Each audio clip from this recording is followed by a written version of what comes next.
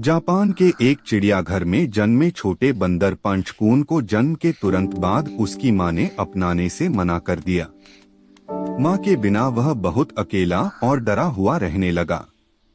तब चिड़ियाघर के कर्मचारियों ने उसे एक नरम खिलौना दिया, जिसे वह अपनी मां समझकर हर समय पकड़कर रखने लगा। जब उसका वीडियो सोशल मीडिया पर आया तो लोग भावुक हो गए।